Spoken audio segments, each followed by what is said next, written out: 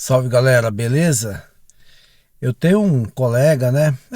Praticamente um amigo de infância. E esse cara, quando a gente morava lá no interior, eu tinha uma namorada e eu acabei ficando com essa namorada aí com uns 5, 6 anos. Olha só, eu tinha 16 anos na época. Acabei ficando com ela aí uns 5, 6 anos e esse cara, ele falava pra mim, pô, meu, você vai casar, não faz isso não. Pô, vamos curtir a vida mais. Olha só, você não tem nem 18 anos, já pensa nisso. E o cara sempre me dava muito conselho, cara. Sabe aquele cara assim, brother, que enchia você de conselho? E eu era muito apaixonado, cara. Eu era muito apaixonado. Muito. Aí o tempo passou, tal.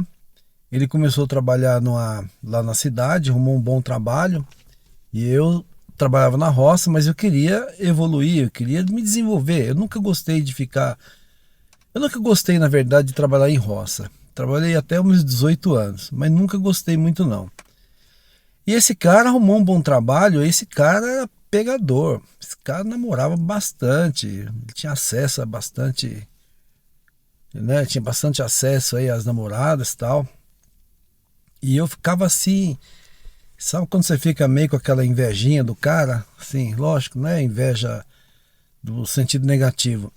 Eu falava, caramba, comecei a parar e pensar, falei, pô, eu acho que eu quero ser esse cara, já me deu muito conselho. O que que eu fiz? Eu peguei e mudei para São Paulo, na época, né, mudei, trabalhei até os 18 anos na roça, com 18 eu mudei para São Paulo, aqui eu comecei a ter mais acesso, né, entrei no banco, trabalhei no Bradesco como funcionário 25 anos, mais 14 como corretor de seguros.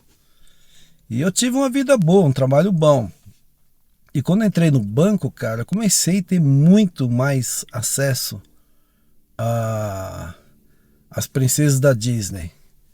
Vamos por assim dizer. Comecei a ter muito acesso e eu comecei a lembrar do que o cara falava. Pô, você tem que ficar solteiro, tal. Aí, cara, eu peguei, terminei, lógico, né, o relacionamento que eu tinha lá no interior. Terminei e tal, fui viver minha vida aqui. Aí o fato engraçado foi o seguinte, que eu quero te falar. Às vezes o cara tem um pensamento, um planejamento, mas as suas emoções, deixa eu mudar aqui, as suas emoções, os seus sentimentos, pode te roubar, cara, pode te frustrar. Esse cara, ele é um cara assim que ele escolhia muito com quem ia se relacionar. E um dado tempo, um dado momento na vida lá, não sei o que aconteceu com ele, que ele começou a morar só, tal. Eu acho que ele se sentiu muito isolado. E esse é o perigo do cara que não tem a solitude, não busca viver a sua solitude ali, viver só. Ele sentiu a necessidade de um relacionamento. Aí é que tá o grande perigo. Quando você sente a necessidade, cara, você pega qualquer coisa. Não estou falando que o que aconteceu com ele foi qualquer coisa, né? Não estou falando isso para diminuir ninguém, tá? Vocês vão me entender. Apareceu para ele um EMSOL com 3 multas. 3 multas. E o cara abraçou. O cara que me enchia de conselhos. O cara que me enchia de conselhos abraçou.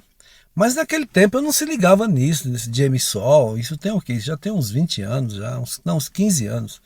Eu não se ligava nesse negócio de EMSOL, nada disso. Para mim, era, se fosse bonita, para mim tá tudo certo. E esse cara que me dava conselho se enrolou tanto, mas tanto, que uma vez eu fui visitar ele, cara. O cara tava tão enrolado financeiramente, com dívida, com tanto BO, com tanta dívida, que eu falei, caramba, cara, você me deu tanto conselho, e eu que fiquei solteiro, velho, e você que, né, tá aí agora aguenta seus catarrentos, velho. Falei pra ele, aguenta os catarrentos aí, você vai cuidar. E ele reclamava bastante, cara, pra mim, bastante mesmo. Aí um determinado tempo ele começou a melhorar de situação, resolver os problemas dele lá, tal. Aí ele foi mandado embora da empresa, passou uma outra fase difícil financeira, e aí que tá o problema. Se o cara tá sozinho e você passa uma dificuldade financeira, é diferente, cara. Você vai lá, resolve, tá certo? Você vai lá e resolve com você mesmo. Se tá ruim, se tá difícil, cara, você passa. Você passa pão e água, mas você passa. Mas quando você tá com alguém, principalmente quando você tem aí uma pessoa do seu lado, uma MSOL, com 3 multas, cara, você tem que passar com os 3, né? Com os 3.